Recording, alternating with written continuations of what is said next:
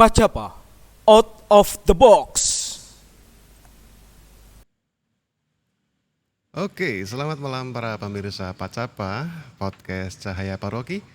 Puji syukur kepada Tuhan bahwa di tempat ini kita bisa bertemu kembali setelah sekian lama vakum ya. Sudah kurang lebih 1 bulan kita vakum karena memang studio kita sedang direnovasi.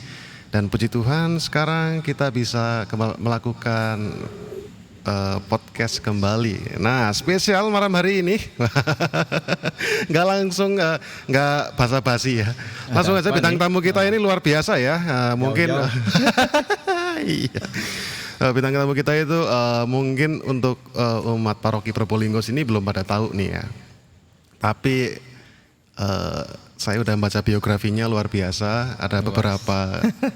Iya dong. Sebelum kita ngundang kan harus baca dulu. Harus mencari tahu dulu ya. Iya dong. Jadi ada imam yang bertugas di Kalimantan ya, Kalimantan Selatan. Dan langsung aja kita perkenalkan Romo Yos. Oke, terima kasih. Selamat malam Romo. Baik, selamat malam juga. Gimana kabarnya, sehat hari ini? Deo. Sehat luar biasa. Ya. Ya, terima kasih sudah memperkenalkan saya untuk masuk di apa ini pembahasan atau apa nih? Podcast ya. Podcast. Iya. Podcast. Ya, biar lebih kenal lagi, Romo Yos itu nama panjangnya? Ya. Nama saya Yosep Kaju. Yosep Kaju. Ya. Lalu Yosep Kaju. Oh ya, dipanggil Yos gitu ya. supaya tidak boros. Siapa Yos saja. Biar nggak boros. Simple. Pak Deo. Biasanya saya dipanggil Pak Oh, Deo. Pak Deo. Iya, sama-sama biar nggak boros. Nama lengkapnya siapa nih kalau boleh kenal nih? Yohanes A. Deo Himawan Sandi. Wow. Lebih panjang ya. Panjang sekali, makanya hebat sekali kalau dipanggil Pak Deo. Pak Deo. Pak Deo. Selesai sudah. Oke, Romo domisili. Oke. Mungkin biar lebih gampang lagi lah. Aha. Romo lahir tahun berapa, di mana gitu. Baik. Saya lahir di Flores. Di Flores di Kabupaten Ngada, Mataloko. Mataloko. Nah, itu tempatnya dingin, kurang lebih seperti Malang lah. Oke. Tahun 1987. 87, saya masih dalam proses. Masih di awan ya. Ya, masih. Ya, tanggal 11 Agustus. Jadi saya ini Arema sejati. Arema sejati. 11 Agustus 1987. Pas. Pas. Jadi kalau saya ulang tahun tuh dirayakan seluruh kota Malang. Iya. Singo Edan. Singo Edan. Ya, Romo mau mic-nya Ya. dideketin aja nggak Oh, apa-apa ya, ya, baik, biar terima kasih. lebih jelas. Singo Berarti Edan. Flores ya. Flores ya. Bajawa. Terus bertugas di Bertugas di Kuskupan Ketapang, Kalimantan Barat. Kalimantan Barat. Kalimantan Barat, ya. Ketapang. Ketapang. Sebelum itu pernah bertugas di tempat lain? Kebetulan saya itu sejak kecil ya pindah ke Kalimantan Barat. Oh, sejak kecil di Kalimantan Barat udah Bang? Ikut orang tua tahun 1992. 92. Nah, itu saya lahir baru. Oh. Ini gimana ceritanya dari Flores?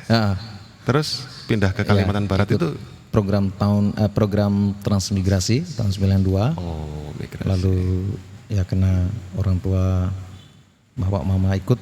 Jadi kebetulan waktu itu saya dan adik saya yang satu masih kecil 2 tahun di bawah juga lah ke Ketapang, Kalimantan Barat, sehingga lalu saya bertumbuh besar di sana. Oh, berarti Kalimantan Barat rasa Flores Ya. Flores rasa Kalimantan Barat. Ya, gado-gado lah. Gado-gado. Gado-gado. Oke. Seru sekali kalau ngomongin Kalimantan, Bro. Asik sekali. Asik sekali. Coba boleh ceritakan nggak, katanya tuh jarak antara antar stasi dan paroki katanya jauh-jauh katanya. Oh iya, ya lumayan lah. Kira-kira udah berapa tahun Mas, di Kalimantan Barat jadi pastor paroki? Baru 2 tahun. Baru 2 tahun. 2 tahun 4 bulan kalau tidak salah. Oh, 2 tahun 4 bulan. Setabisan dengan Romo Seno. Oh, Romo satu Bawah. bisa. Ya, Itu satu angkatan. Kami satu berarti? angkatan ya. Oh, ya ini bisa ditanyain ini. Makanya sampai di sini kenal juga ada Romo Senonya. Nah, iya. Tepak wis. Jadi baru 2 tahun imamat. Oke. Di paroki itu pas 2 tahun. 2 Kemudian 4 bulan terakhir Romo pindah tugas ke Seminari Menengah Santo Laurentius Ketapang. Santo Laurentius Ketapang. Seminari Menengah ya betul. Seminari Menengah. Seperti di sini di Probolinggo ini kan ada Seminari Menengah Marianum. Ya sama gitu ya. Sama, kurang lebih seperti itu. Ya. Oke. 2 tahun di Kalimantan. Aha. Apa coba yang bisa dibagikan ceritanya? Ya, kalau di Kalimantan sih sudah 25 tahun. 25. Selama di Romo. Lebih sekira sudah ini sekitar 27 tahun lah. 27 tahun. Lalu 27 tahunnya dengan 2 tahun menjadi Romo. 27 tahun, 2 tahun kemudian jadi Romo. Selama melayani jadi Romo di Kalimantan. Tantangan terberat itu apa, Romo? Ya, sebenarnya tidak ada tantangan. Karena semua dinikmati, walaupun ya namanya medan dan juga situasi di sana kadang harus butuh tenaga yang kuat. Makanya Romo sedikit berotot. Ini lemak semua nih, bukan? Ya, kuat. jadi memang 2 tahun di Kuskupan Ketapang, Romo bertugas di paroki Air Upas, itu salah satu paroki yang Air Upas, ya. baru berusia saya kira 12 tahun dari tahun 2008. 2008. Ya, jadi mengasihkan. Di sana kami tidak aspal seperti di tempat lain. Enggak aspal, Romo. Tanah aspal tuh sepotong-sepotong 1-2 kilo udah lepas tuh aspal kuning. Ya. Itu tanah kuning luar biasa. Tanah kuning, tanah humus ya? Bukan, humus di sana tipis sekali, hanya sekitar ya enggak sampai 30 cm lah, 20 cm. Kalau di sini kan masih saya kira lebih tebal. Lebih tebal. Di sana Tipis, lumpur tanah kuning itu. Jadi kalau musim begini nih musim yang paling seru. Jadi licin, kadang-kadang juga tempat tertentu lengket. Jadi itu salah satu tantangan berpastoral di Kuskupan Ketapang, itu medannya juga yang cukup menantang. Jadi harus berjibaku dengan lumpur-lumpur banjir, dengan tanah yang medan yang licin, atau lubang yang selalu bervariasi sepanjang jalan. Lubang bervariasi. Oke, menarik ya lu. Asik sekali ya. Itu medannya dan juga umat ya, karena tergolong paroki yang baru, jadi cukup berkembang tetapi harus didampingi secara intens. Terutama yang berada di pedalaman-pedalaman. Di pedalaman. Ya, jadi saya mencoba untuk hadir untuk mengikuti ritme mereka. Jadi tidak bisa yang namanya hadir bahwa kita membawa langsung harus begini. Itu tidak jalan. Diusir. Tidak jalan. Harus ikut ritme mereka. Istilahnya masuk lewat pintu mereka, keluar lewat pintu kita. Gitu. Salah satu bagaimana bahwa bisa menyatu dengan mereka. Ya kalau kunjungan itu ya misalnya soal liturgi dan sebagainya, nyanyian, ya harus latih dulu.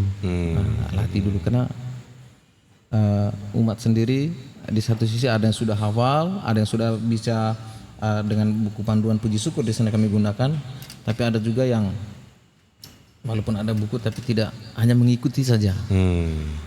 Jadi harus latih dulu supaya paling tidak kalau miring ya tidak miring amat lah. Tapi yang uniknya Bapak, kendati pun mereka punya keterbatasan di situ, Tapi mau mencoba. mau mencoba dan mereka selalu minta, Romo kita sebelum atau dulu waktu saya dari frater di paroki ini. Oh ya. Setelah studi, kemudian persiapan diakon di paroki itu juga, diakon ditabiskan menjadi imam, kembali bertugas di paroki itu juga. Oh, kembali. Dan artinya saya ya cukup lama kalau dihitung dari frater, hampir 3 tahun di situ. Jadi cukup puas untuk mendampingi umat. Sudah paham. Sudah paham. Sudah paham. Nah, setelah itu misa atau ibadat. Nah, setelah itu lalu ada makan-makan. Nah, biasanya masih duduk bergurau dengan mereka, bercerita. Ya biasanya ada sedikit minuman tuak. Tuak atau arak. Sudah itu sudah menjadi kebiasaan. Atau makan sirip pinang. Sirip pinang. Saya pernah itu, giginya sakit, Rom. Oh ya, Aduh. harus sering. Iya. Kalau sering sudah sudah menjadi terbiasa sudah. Tahu triknya. Ya supaya bisa menyatu dengan mereka. Itu ngobrol asik. Kadang-kadang Romo sampai malam sekitar jam 10, jam 11 ngobrol gitu ya. baru pulang ke paroki. Itu ya melewati Jalan itu lagi. Jalan udah begitu hutan lagi. Hutan rimba. Nah itu. Ada kadang-kadang Romo ya kalau mereka, ayo Romo kita kita ke kebun. Oh senang sekali saya. Jadi ikut menugal. Nugal itu kalau di sini itu kalau nanam padi itu kan di sawah pakai. Tapi kalau di sana kebunnya hutan, kemudian menjelang musim kemarau itu ditebas. Ramai-ramai. Setelah ditebas pas musim kemarau dan hasil tebasan itu sudah kering lalu dibakar. Setelah bakar 2-3 hari itu lalu menugal itu salah satu cara untuk menanam benih padi. Jadi ada kayu, kayu ya diameter sekitar 4-5 cm gitu, kurang lebih begitu. Lalu diruncingkan, lalu laki-laki bagiannya nugal, melubangi tanah. Lalu di belakangnya ibu-ibu menabur benih di lubang-lubang itu. Nah, itu asik sekali. Lalu ya biasanya saya pernah bertugas waktu frater di salah satu stasi di Kuskupan Pontianak, dan mereka ada kebiasaan baik sebelum menugal itu misa dulu. Misa di kebun. Di kebun. Wah, ini seru ya, misa alam. Misa alam. Itu yang pelan-pelan saya tiru di paroki tempat saya tugas. Saya walaupun tidak misa tapi pakai pakaian liturgi. Lalu berdoa bersama, memberkati benih-benih, dan juga memohon rahmat supaya yang punya kebun itu lebih semangat untuk merawat, supaya nanti hasilnya kan baik. Nah itu. Lalu setelah itu ramai-ramai menugal dari kecil sampai besar dan suka sekali. Ramai. Lalu setelah itu makan bersama. Ya di kebun itu. Di kebun. Itu enak sekali itu. Itu saya mencoba untuk hadir seperti itu. Atau mereka ada acara keluarga atau syukuran, Romo tidak langsung pulang, ikut. Atau ya sama, Romo yuk nanti kita berburu. Ayo, suka sekali saya. Berburu. Jadi berbaur. Suka saya. Sampai dikasih senapang, suka lagi. Apalagi dikasih senapang lebih senang saya. Senapan. Ada pelurunya sih. Ada senapang angin. Senapan angin gotri. Identiknya kalau kami itu ada babi hutan dan sebagainya. Kalau kena senapan angin dia nggak mati loh. Ada senapan angin tertentu yang bisa untuk babi hutan. Bisa ya. Sampai sekarang sudah canggih-canggih. Ada yang pakai oksigen itu. Atau ayo Romo kita mancing. Ayo. Mancing. Suka. Iya. Itu kan hanya salah satu cara untuk supaya Romo itu tidak asing bagi umat. Betul. Tidak asing. Sehingga kalau sudah klop gitu enak kita mengatur, kita mengontrol. Bisa masuk. Itu intinya. Bukan berarti lalu kita itu yang menjadi utama, bukan. Supaya di antara Romo dan umat yang katakanlah itu masih harus banyak belajar, Nah, itu supaya bisa enak itu ya harus ada persahabatan seperti itu dulu. Oke. Ya dan banyak hal lain lah Oke. ketika untuk pendekatan. Cuacanya nggak enak Romo, kalau mau minum Oh ya, dulu. baik. Terima kasih. Wah, terima kasih. Mas, siapa ini Mas? Mas Ariel. Mas Aryo. Ariel. Ariel. Wah ini biasanya seperti artis ini. Oh, gitaris Suaranya- nomor 1 seprovinsi Jawa Timur. Romo. Hebat. Yang dimiliki oleh umat Probolinggo. Nah, Nah, benih-benih calon pemimpin paroki. wah asik. Ya. Cerita-cerita lebih lanjut ya, misalkan kita kan Romo kan sekarang udah jadi Romo sekarang. Pertanyaan selanjutnya memang dari kecil cita-citanya di Romo atau perjalanannya itu gimana gitu. Udah ketawa duluan curiga. Ya. Kayak historinya saya gini, Patut dicurigai. ini pernah masuk tentara terus langsung masuk seminari. Ini ada apa dengan tentara? Gitu kan ya. Ya. Jadi memang kalau soal panggilan, saya tidak ada cita-cita sama sekali untuk menjadi imam. Oke. Dari kecil. Memang karena itu tadi, ketika ada romo kunjungan itu rasa sungkan untuk bersalaman atau menyapa, sungkan sekali. Terlalu ini ya. Apalagi kan orang tua zaman dulu, enggak boleh dekat-dekat, harus hormat. Wah, ini takut lah umat atau anak-anak tuh. Jadi melihat romo itu, aduh, senang tetapi susah untuk didekati. Dan lagi pula kita kan dengan keterbatasan mau ngomong apa gitu, paling ya salaman. Gitu-gitu aja. Dan tidak ada kepikiran untuk menjadi imam. Ya lalu tamat SD, Romo tinggal di asrama. SMP sudah di asrama Bruder FIC. Lalu di situ mulai ada kebiasaan untuk misa setiap hari. Lalu di situ jadi misdinar. Lalu sudah mulai membiasakan diri untuk jadi lektor. Tetapi juga tidak ada cita-cita sedikit pun untuk menjadi imam. Sedikit pun tidak. Oke. Lalu ya pernah terbersit, wah untuk lihat Bruder nih kok asik ya. Bruder FIC. Memang ada kepikiran untuk menjadi Bruder, tapi lalu mikir, wah eman aku nanti tidak kawin ya. Itu sing berat ya. Lalu lihat cewek cantik-cantik, waduh sayang tidak kawin nanti nih. Jadi berlalu gitu saja. Kelas 3 SMP itu saya kelas 2 atau kelas 3 saya lupa, dipanggil untuk jadi paskibra kecamatan. Oke. Di situ boleh saya sedikit bersahabat dengan beberapa tentara. Lalu lihat tentara juga kok pikir, wah ini gagah ya jadi tentara, sedap ini. Akhirnya. Lalu ada kepikir, saya mau jadi tentara. Oke. Tetapi lalu setelah tamat buyar lagi. Berubah cita-cita. Jadi cita-cita saya itu 1000. Ganti-ganti ya? Ganti-ganti. Oke, ya normal itu. Saya dulu gak coba gitu, ini gak kepengen. Tahu gini aja. Pernah hendak terpikirkan untuk menjadi apa-apa, jalan aja. Lalu ketika SMA pun saya lanjut di sekolah Bruder FIC. Tapi lebih ke kota, di asrama juga. Karena kemauan orang tua saya harus tinggal di asrama. Oke. Dari SMP sampai SMA asrama berarti? Asrama. Untuk belajar mandiri supaya tidak tergantung terus dengan orang tua. Di situ saya belajar nyuci sendiri, ngurus diri sendiri, belajar disiplin. Kadang-kadang kalau di rumah kan ya tenang, ada orang tua. Ada orang tua, ada ibu yang selalu mengatur ini. Main lama, ayo pulang mandi. Baru kadang-kadang juga membangkang. Normal cowok.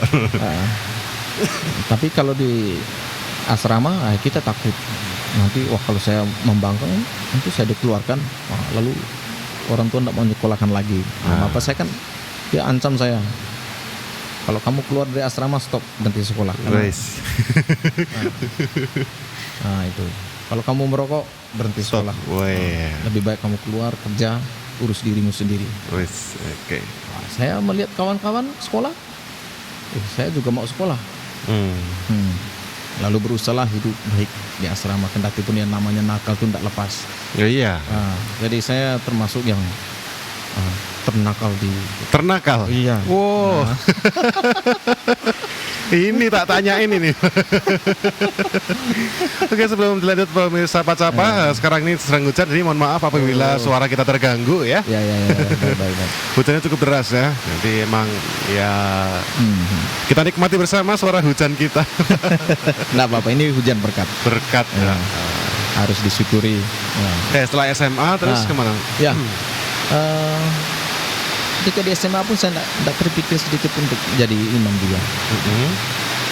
Setelah tamat SMA, saya pernah bekerja sebentar di sebuah perusahaan. Tapi lalu tiba-tiba ada teman SMA yang mengatakan ada pendaftaran tentara. Wah, balik lagi. Wah, jalan enggak? Wah, akhirnya nekat jalan.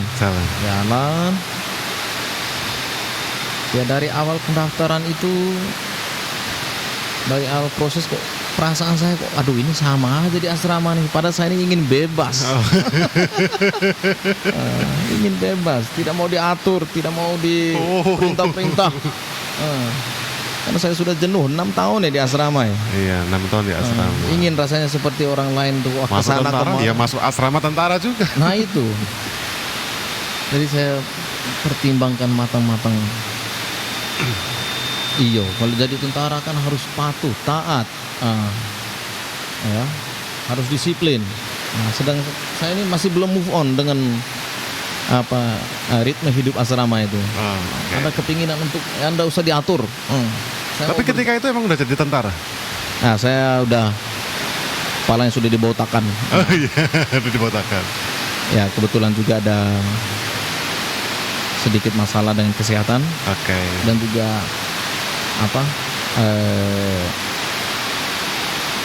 dengan ritme hidup yang belum menjadi belum ya? Akhirnya lalu saya kabur. Ya, mengundurkan diri. Beneran kabur apa beneran mengundurkan diri? Ya. Oke. Karena daripada bermasalah lebih baik. Ya harus gentle juga. Setelah itu saya kembali bekerja, dan kerja saya selalu tidak tetap, berpindah-pindah. Karena saya ingin jalan sebenarnya, ingin berpindah, sehingga lalu hampir wilayah Kalbar itu saya lewati. Ikut kawan di mana ada kawan, yang penting ada kawan saja. Dilewati gitu. Tempati terus gitu. Kerja pindah. Nomaden. Nomaden pokoknya. Pokoknya ingin menikmati hidup yang kebebasan. Oke. Tapi harus saya tetap menjaga diri supaya tidak terjerumus ke hal-hal yang tidak baik, misalnya obat-obat terlarang, pergaulan yang tidak sehat. Karena itu saya kira sangat menghambat untuk perkembangan kita ke depan. Itu salah satu keuntungan saya di situ. Walaupun senakal-nakalnya saya tahu batasannya. Saya tahu batas. Jadi sudah ya juga sebenarnya dari SMP, SMA itu sudah belajar menjalin asmara ya. Oke. Romo punya pacar. Udah punya pacar dulu ya. Iya. Udah berapa? Mantannya berapa, Romo? Rahasia. Yang pasti lebih dari satu. Ini. Oke. Ya, begitu juga di luar saya mulai berpikir soal bagaimana nanti ke depan berkeluarga, mempunyai istri, lalu persiapan pekerjaan yang menetap. Ya, saya mulai pelan-pelan menata jalan hidup saya ya. Nah, lalu suatu ketika di tempat saya beraktivitas terakhir di wilayah Sintang, kebetulan ada paman di situ. Paman ini punya anak yang sedang sekolah di seminari menengah. Seminari menengah di Pontianak. Oke. Nyerongkop. Saya diminta ke sana untuk mengantarkan uang sekolah. Oke. Pergi saya ke sana. Ketika sampai di sana kok saya rasa suasananya enak sekali. Di bawah kaki gunung, airnya jernih, suasananya bersih, rapi, bagus, udaranya segar. Oke. dan rasanya ingin berlama-lama di situ. Oh, betah. Betah. Itu pengalaman pertama. Nah, lalu saya kembali bekerja. Oke. Waktu itu saya training di pabrik sawit. Pabrik sawit ya. Ya. Oke. Training di situ. Kebetulan ada keluarga di situ. Teman kerja yang ada teman dia sudah bekerja di situ. Dia ingin masuk seminari. Dulu dia anak seminari, ingin lanjut ke seminari tinggi. Oke. Ingin masuk pastor, menjadi pastor. Ngobrol kami. Ngobrol. Kebetulan rumah itu berhadapan. Oh. Seumuran lah. Kalau dia mengatakan, ayo kita ke seminari bersama-sama. Saya mengatakan saya tidak siap. Saya tidak siap. Saya tidak mau menjadi imam. Pokoknya apapun terjadi tidak mau. Walaupun diajak. Oke. Semakin hari dia terus dia mungkin mau mencari kawan ya. Iya. Mau mencari kawan. Lalu dia mengatakan, tenang, nanti saya ngurus semuanya, kamu terima bersiwis. Oke. Lalu saya sedikit mengalah tapi dengan syarat. Tapi kalau saya tidak betah, saya pulang ya. Nggak apa-apa, yang penting kamu coba dulu supaya kamu ada sedikit warna di hidup, paling tidak ada selangkah untuk pernah mau menjadi imam. Oke. Ini awal titiknya mau. Lalu saya ngobrol dengan paman saya ini tanpa pikir panjang lagi. Ya sudah, kalau kamu siap, paman pun dukung. Kami siap di belakang. Waduh, saya bilang, saya ini justru minta pendapat kalau sulit menjadi imam itu seperti apa. Ini kok malah menjerumuskan ke jalan yang benar. Aduh. Oke. Tapi saya terus terang dengan paman. Oke, kalau begitu saya pergi tapi untuk kembali. Oke. Hanya untuk coba-coba saja. Karena memang warna hidup saya setelah SMA itu gitu. Beda banget gitu. Hanya menyicip saja. Untuk merasakan saja pengalaman demi pengalaman itu. Pergilah ke sana dan saya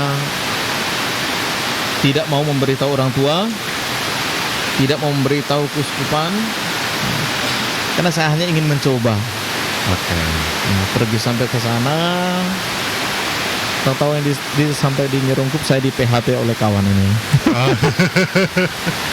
Setelah sampai di sekretariat, jadi kamu urus daftar. Waduh, saya harus ngomong apa ini?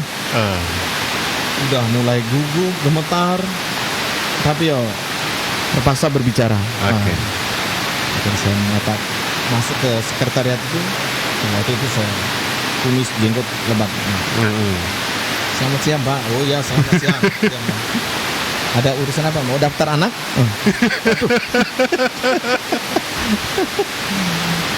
Dikira orang tua. Ya, udah nampak orang mendaftarkan anak Pak ya untuk SMP ya. Aduh, saya ini boro-boro punya anak, istri aja enggak punya. Lalu saya mau daftar diri saya sendiri. Mau jadi di sana kan ada persiapan untuk studi itu namanya topang. Topang itu untuk mau masuk seminari tapi tidak melewati jalur seminari menengah. Atau yang disebut dengan KPA atau macam-macam itu. Di sana disebut topang. Akhirnya udah daftar. Lalu yang membingungkan ketika ibu itu bertanya, abang mau memilih menjadi pastor apa? Ya saya tahu pastor itu satu yang mungkin mimpin misa. Itu saja. Nggak ada tahu pastor Kapusin, Karmel, SPD.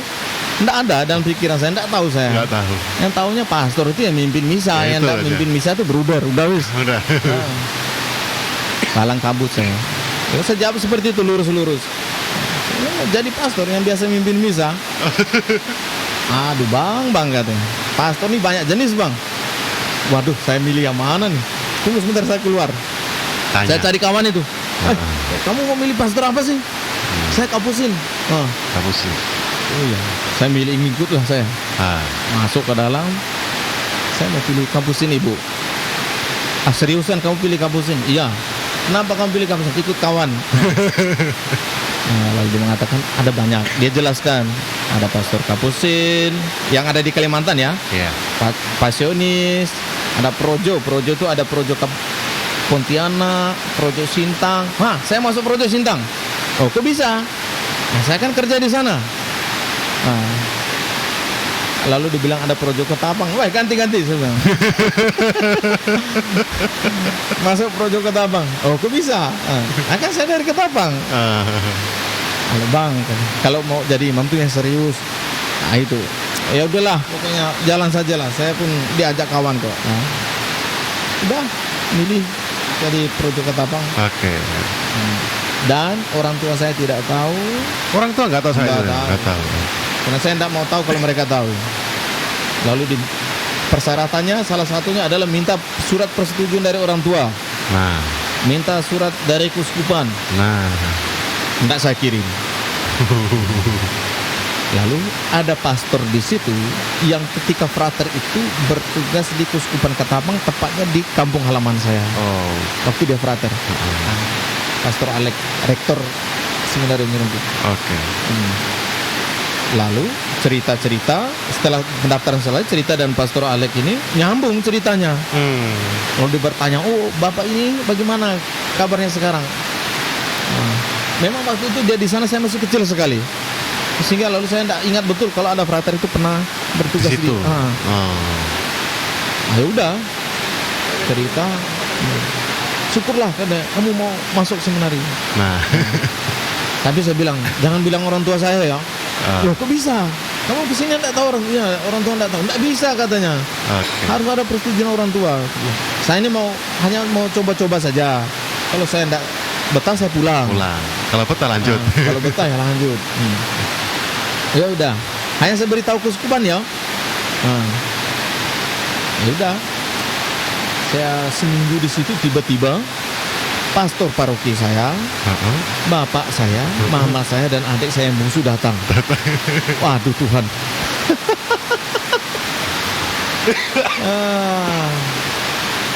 Mama saya datang dengan wajah tidak percaya. Bapak saya juga demikian. Oke. Kamu serius untuk jadi imam? Saya bilang saya coba-coba. Kalau kata bapak saya, kalau kamu coba-coba hari ini kita pulang. Oke. Kalau mau melangkah jadi imam, kalau udah melangkah tidak usah noleh kiri kanan, tidak usah noleh ke belakang lagi. Lalu Pastor Alek mengatakan, Bapak, biarkan dulu dia mencoba. Kalau dia memang tidak bisa, ya kita mau bilang apa?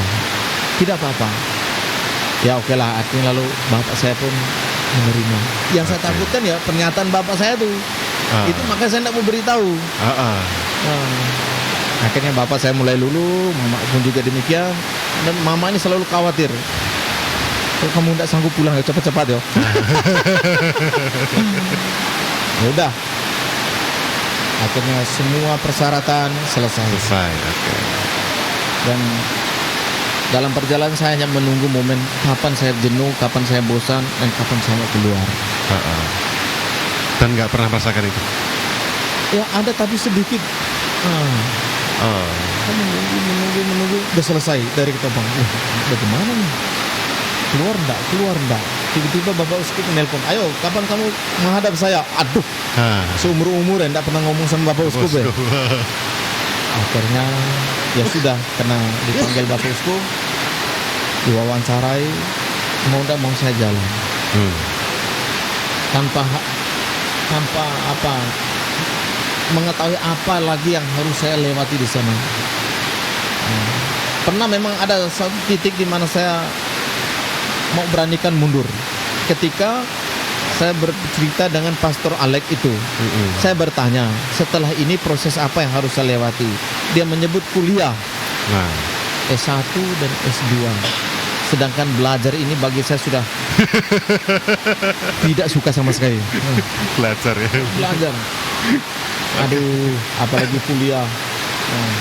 Paling tidak senang. Maka dulu kenapa saya tidak mau lanjut kuliah? Tamat SMA saya langsung berhenti. Ya itu. Biar kerja langsung gitu. Saya sudah malas belajar. Oke. Tidak mau sekolah lagi. Ya. Tapi kata pastor, kamu kan belum coba kuliah. Apa salahnya coba dulu? Ya seperti saya katakan waktu itu, kalau tidak sanggup ya keluar. Ah, Oh iya, jalan. Nah, akhirnya berangkatlah ke Malang ini. ke Malang. Ketemulah Romo Seno dan teman-teman yang ada di Malang ini. Saya sendiri, tidak ada kawan dari Kuskupan Nggak ada, Kadapan. ya? Tidak ada kawan. Dan tantangan juga begitu berat ketika saya berangkat. Oke. Di rumah memang kami ada syukuran sedikit dan mama saya membekal saya dengan uang yang cukup lah. Sampai di Pontianak, uang saya hilang semua. Yang dibekali oleh orang tua tuh hilang. Tiket kapal belum beli. Ya ketemu dan kawan-kawan di Pontianak, saya tidak mau cerita. Nah, hanya saya yakin saya bisa sampai ke Malang. Semua uang hilang. Hilang. Hilang semua, hilang. Wow. Mungkin ya keteledoran saya letak pas sembarangan, mungkin diambil orang atau jatuh pun saya tidak tahu. Oke. Periksa tidak ada.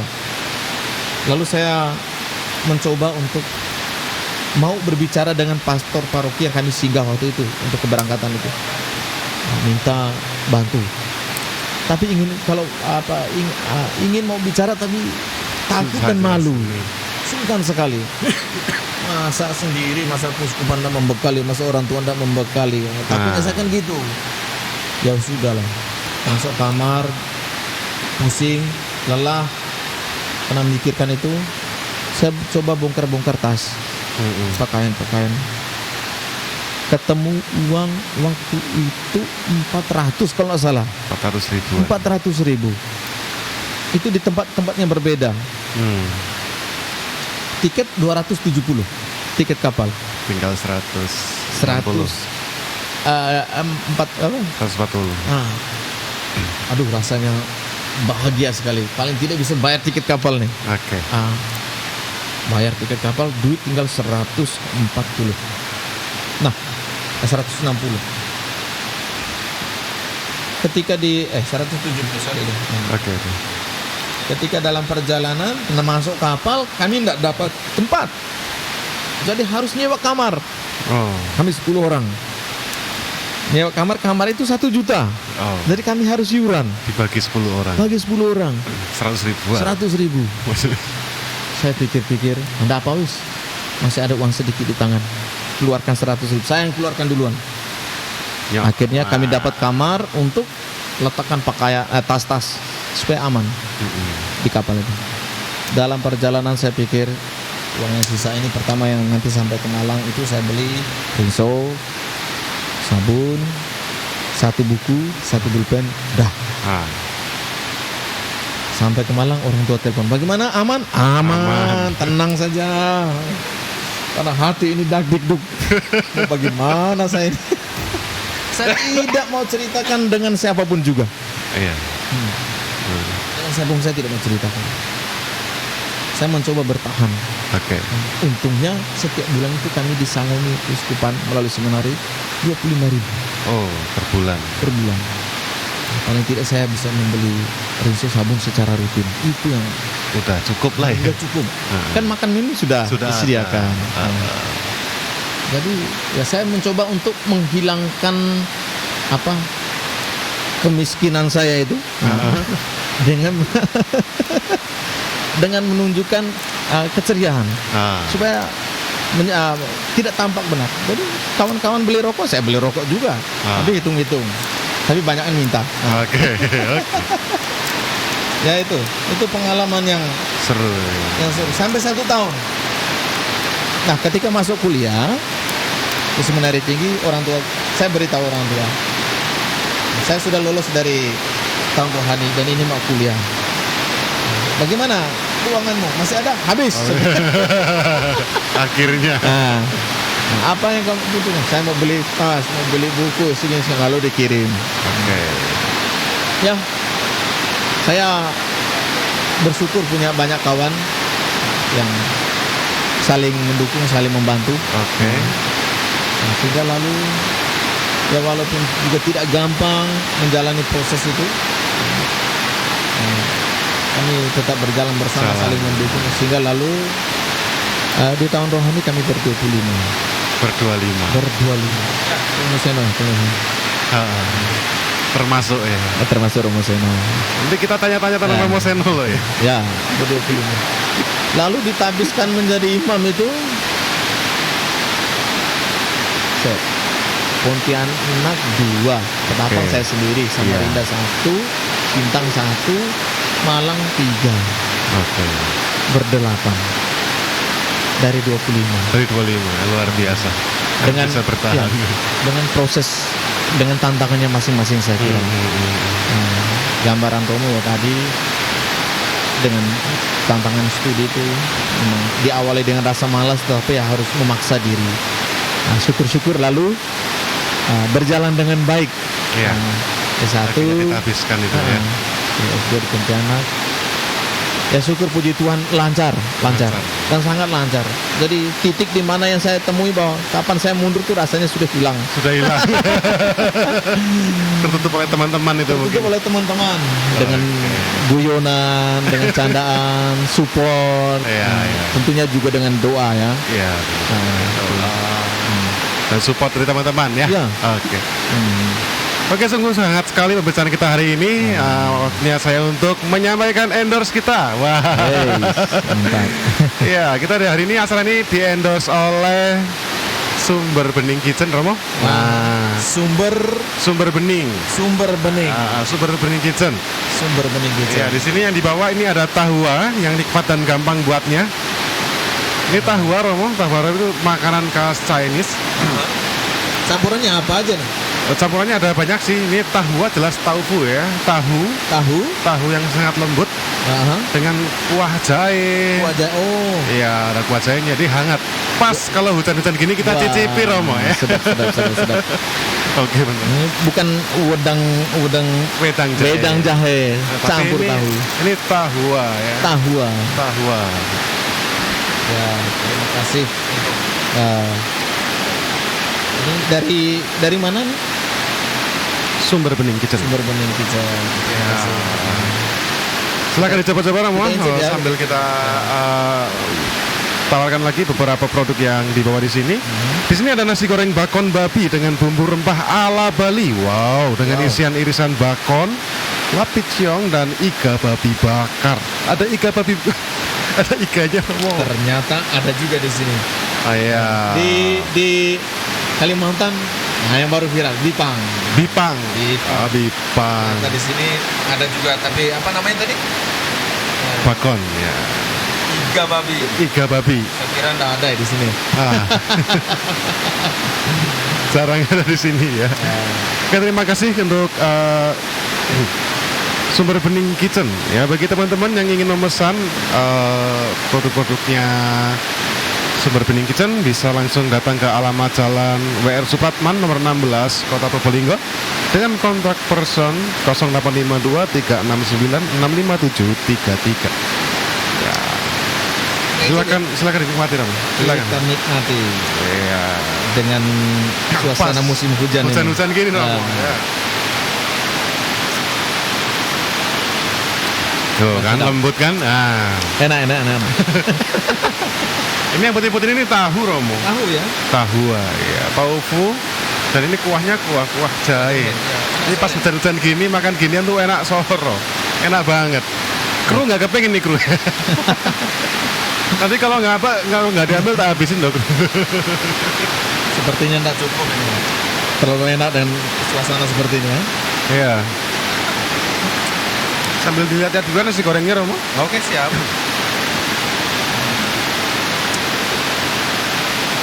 Dan ini udah kita cicipi tahuannya, luar biasa, enak. Kemudian kita akan coba cicipi lagi bakon ya. Iya bakon namanya, baconnya. Iga bakar, iga babi. Iga babi. Iga babi. Memang ya khas sekali. Terima kasih. Ya, khas sekali di sini. Kita coba. Oh. Ya, kemasannya juga bagus, Romo ya. Bagus, rapi. Rapi. Ya. Nggak gampang tumpah ini. Wow, aromanya wah, luar biasa. Terima kasih Sumber Bening Kitchen. Sedap. Silakan cicipi Romo ya. Wah, ini saya dapat tulang rusuknya nih. Iya dong. Gede banget tuh. Oh, ikannya luar biasa. Nggak ngiler tuh. Sorry ya, enak ini. Iya dong. Ya, Hmm.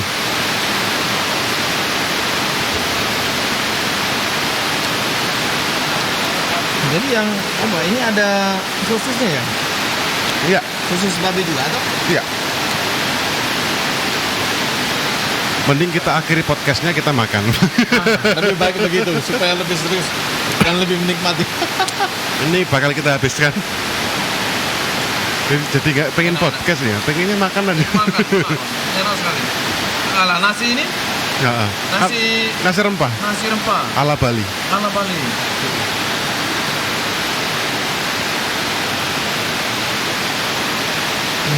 Ikannya empuk Romo.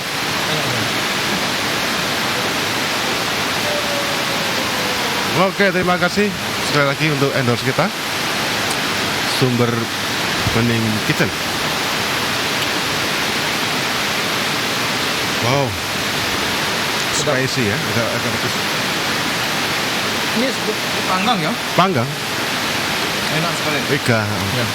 Nanti kita akan lanjutkan makan. Oke. Karena tuntutan profesi, maka kita harus lanjutkan pembicaraan kita. Siap. Oke. Untuk Pacapa, kamu harus tahu kita adalah podcast yang out of the box. Artinya kalau tamu undangannya Romo, kita tidak akan menanyakan Injil. Kita akan lebih tanya ke hal-hal yang mungkin unik dan lucu. Ya. Biografi yang saya baca juga, Romo pernah jatuh dalam ketinggian 10 meter. Betul. Ketika apa, Romo? Waktu itu ketika proses pendidikan Oh, di Malang. di waktu masuk dunia militer itu. Oh, di militer. Oh. Dan itu memang ya saya juga mencoba untuk menampilkan yang terbaik, tapi memang mungkin itu sudah kesalahan saya juga. Oke. Akhirnya pernah lalu setelah itu dirawat dan saya cedera di pinggang. Itu salah satu yang membuat saya berat itu. Di pinggangnya ya. Itu cukup lama pemulihannya. Oh. Dan saya tidak maksimal untuk bergerak bebas seperti yang lain. Dan untung juga tidak apa-apa gitu. Oh. Itu pas naik panjat tebing atau Bukan jaring laba-laba itu. oh, tank laba-laba. 10 meter itu jatuh. Saya kira enggak sampai 10 meter. Tinggi. Tapi Sekitar pinggang cedera. Ya? cedera karena jatuh duluan terduduk. Oh, duduk. Nah. Tulang ekornya dek gitu. Nah, saya tidak tahu kalau kena tulang itu. Tapi memang cedera cukup parah di pinggang dan beberapa hari saya tidak bisa bergerak. Bahkan tidur pun susah. Pernah dirawat. Apalagi duduk. Susah duduk. Dirawat dengan dipijat, dengan obat-obatan herbal, diurut, lalu juga dengan obat-obatan dari rumah sakit. Ya puji Tuhan, artinya dengan berjalan dengan perawatan Waktu, yang baik, ya. saya justru ketika dia udah lumayan sembuh itu ketika sudah di KPA Topang itu. Oh. Itu mulai sembuh berarti. Mulai sembuhnya di situ. Artinya sudah agak pulih. Sehingga lalu bisa berolahraga. Awalnya apa? Awal-awal itu ya hanya maksakan diri saja. Oh. Pinggang. Ya. Pinggang. Saya dulu SMA pernah pinggang juga. Main bola terus mau pindah posisi tidur. Aduh. Ya itu. Susah. Oke, next ada lagi informasi. Romo itu di sini sangar, pernah masuk tentara, pernah punya fobia sama hewan nggak, Romo? Kurang ajar, ini siapa yang membocorkan? Ya nggak tahu kok, ini udah WhatsApp-nya gitu loh. Sangar, nakal ketika SMA, galak, garang. Paling takut sama hewan apa, Romo? Nah, siapa lagi kalau bukan soulmate-nya? Ya. Malu saya. Wow. Enggak ada ya. Ini harus ini. Kalau emang nggak suka disiarkan Enggak, nanti Bapak. bisa di. Enggak, Bapak. Ini hal baik ya, supaya saya bisa lebih berani. Dan sekarang sudah agak biasa lah, Oke. karena sudah jarang berhubungan dengan hutan, dengan yang paling saya takut itu ulat. Ulat.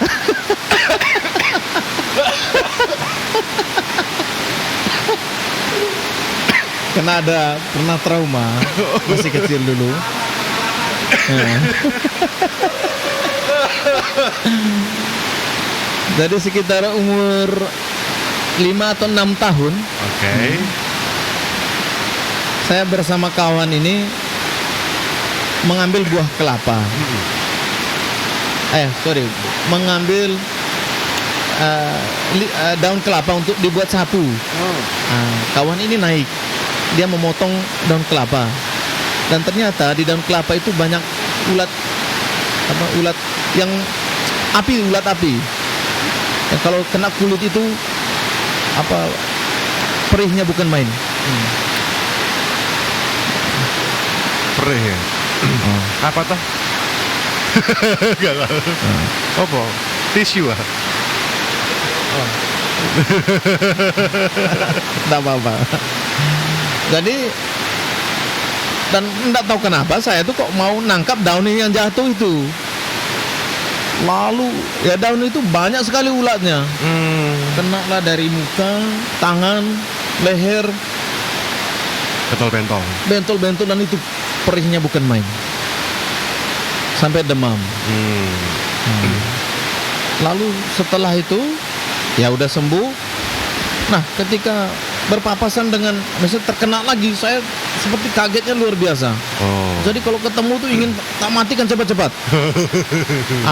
Sialnya bukan hanya ulat yang jenis begitu saja, dengan semua ulat. Rasanya fobia sekali. Ketika saya demam itu demam tinggi itu.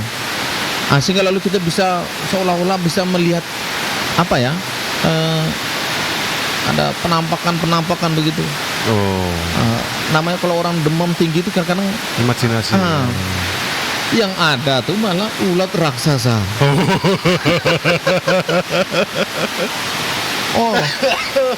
Jadi dia berjalan seperti ulat yang Besar itu. besar sekali, jalannya seperti ulat daun yang gini tuh loh.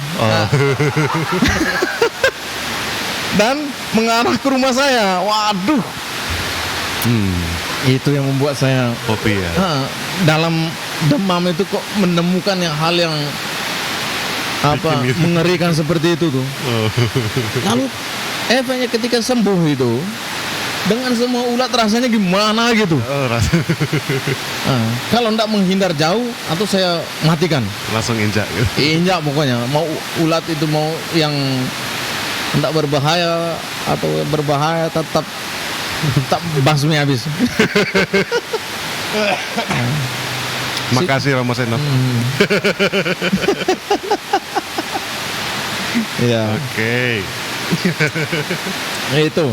Enggak tahu sekarang saya karena jarang lagi jalan-jalan ke hutan lalu tersenggol dengan ulat. Tapi memang kalau kena itu kaget sekali, kaget luar biasa saya.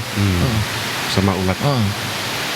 Dan saya tidak suka melihatnya yang ada di daun, di mana saya paling tidak suka melihat. Sembarang ulat tuh kayaknya. Sembarang ulat paling ilfil ya. Ya. Fobia. Ya emang semua orang sih punya fobia. Ya karena ada pengalaman yang tidak menarik itu. Ya. Tapi kalau dengan ular mah saya tidak takut. Nggak takut. Ya, tidak takut saya. Menurut saya terus kalau sama hewan berkaki banyak itu saya takut. Lipan. Kalau lipan nggak takut, maksudnya kayak laba-laba. Ya. Khusus gitu. Saya malah di Topang itu malah pernah kena lipan gunung. Lipan gunung. Itu yang kelabang tuh. Kelabang. Ya. Itu nyengat ya teh? Ya, menurut orang di situ kalau fisik kita tidak kuat, bisa salah satu indera kita bisa terganggu. Mata atau telinga atau perasa waktu naik gunung. Itu juga mungkin lalu membuat tambah tidak senang melihat binatang-binatang yang jenis-jenis seperti itu. Oke. Hewan-hewan yang sangat mengesalkan. Iya. Tapi saya belajar untuk berdamai dengan mereka. Oke. Ah, Ya, pelan-pelan. pelan-pelan. Oke, ada WhatsApp baru ada 2 Romo. Ya. Kenakalan yang paling berkesan selama tahun rohani. Aduh. Semoga Romo Rektor saya dulu tidak mendengarkan. Ya, kenakalan yang paling berkesan.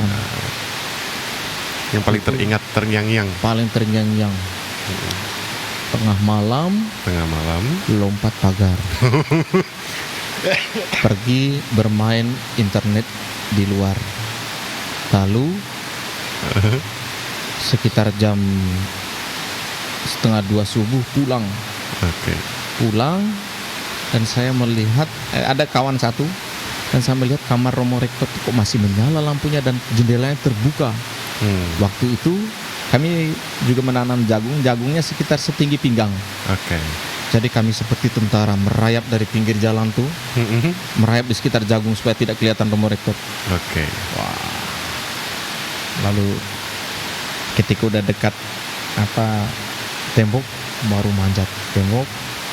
Kemudian baru lompat ke dalam. Itu saya melakukan beberapa kali. Itu yang saya kira, entah yang lain tapi saya lupa. Yang saya ingat betul yaitu sering keluar malam. Berarti itu gak ketahuan itu? Ya? Gak ketahuan? Nah, kalau ketahuan mungkin saya sudah tidak jadi Romo. Berhasil dalam hal yang tidak baik. Mantan tentara merayap yo. Enak Katam enak aja. Los. Ya ada fungsinya juga, tapi digunakan untuk hal yang tidak baik. Ya. Oke. WhatsApp. Mungkin yang terakhir ini. Ada cerita apa tentang Surabaya? Ini nggak tahu deh siapa. Ya. Waktu kecil. Ada satu hal yang mengesan bagi saya. Ketika saya belum pandai berbahasa Indonesia, yang waktu itu kan berangkat dari Flores, saya tahunya bahasa daerah saya saja. Jadi kata Surabaya ini sudah terngiang betul di telinga saya dari saya kecil. Ada paman-paman yang pernah bekerja mungkin di Surabaya, mereka cerita itu. Lalu beberapa kali mendengar radio juga ada kata Surabaya. Jadi yang ada dalam benak saya, karena bahasa saya itu kalau menyebut surat itu bukan surat tapi surah. Tidak ada T-nya. Itu surat kertas itu ada tulisan itu. Lalu pikiran saya, ini surat apa kok lalu ada bayanya. Ada bayanya itu. Baya itu ya salah satu juga kalau di tempat saya kalau mengungkapkan kekaguman terhadap sesuatu itu keluar kata itu baya. Ini surat ini apa hebat sekali ini pikir saya kan masih kecil dulu. Lalu waktu itu di Kalimantan, bapak saya datang itu bekerja sebagai tukang membuat rumah-rumah trans. Dan saya juga ikut, dan kemana bapak pergi saya tetap ikut, karena saya secara emosional sangat dekat dengan bapak ketimbang dengan ibu. Pergi kemana saya tetap ikut. Lalu pergilah di suatu SP itu satuan pemukiman di mana orang-orang trans bertinggal. Ada SP baru yang disiapkan dan bapak saya dan kawan-kawan mengerjakan rumah-rumah itu. Separuh itu sudah ditempati oleh teman-teman dari Jawa sini. Saya tidak tahu dari Jawa mana.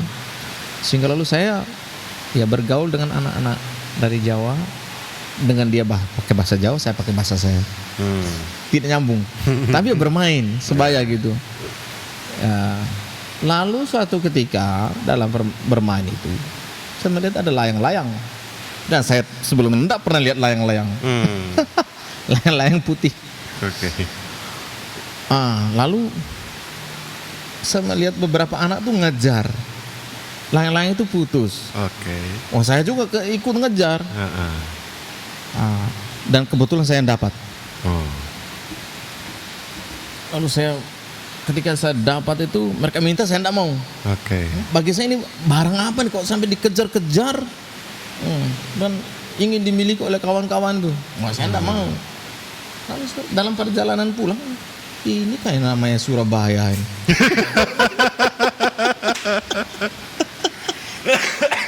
Kertas putih itu. Kertas putih dan luar biasa. Luar biasa terbang itu. Sampai putus dikejar-kejar. Kejar-kejar. Dan saya melihat mereka kejar, saya ikut kejar. Dan kebetulan ini kebetulan saya dapat itu loh. Dan ingin direbut oleh kawan.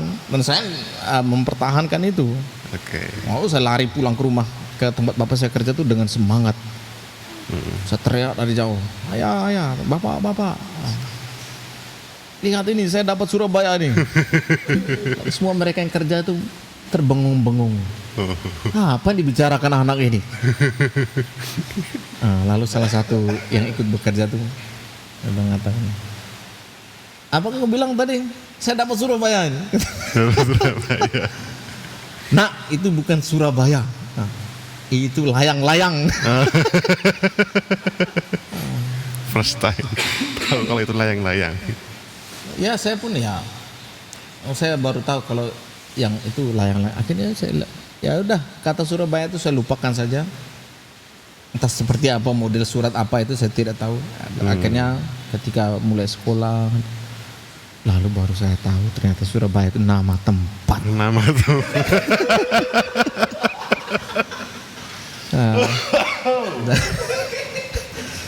Jadi itu kesan pertama saya melihat layang-layang itu dengan nama Surabaya itu, pokoknya ya namanya masa kecil kan, imajinasi kan liar. Pulpen saja bisa dijadikan pesawat kan, ngeong. Layang-layang sama dengan Surabaya. Itu ya. Pengalaman masa kecil yang unik dan bagi saya indah juga kalau diceritakan sekarang. Iya. Ya semoga orang punya pengalaman unik masa kecil. Itu. Ya, seru sekali. Oke, ada WhatsApp terakhir? Dari WhatsApp terakhir? Oke, cukup ya. Oke, udah, terima kasih Romo. Udah nggak kerasa kita kalau ini di total sudah 1 jam ya. Oh iya kan? Iya, 1 jaman ya kita ngobrol ya. Maka dari itu baiklah kalau kita menutup acara kita kali ini. Terima kasih. Kami mewakili kru Pacapa Paroki Maria Bunda Karma Probolinggo mengucapkan terima kasih atas waktu dan kesediaan Romo bisa hadir dan duduk bersama dengan kita. Terima kasih. Semoga cerita kita ini dapat menjadi sebuah hiburan bagi penonton Pacapa. Tentu aja ada hal yang negatif dan tentu aja hal yang positif. Ya. Buang hal negatif dan gunakanlah hal positif untuk kehidupan kita masing-masing.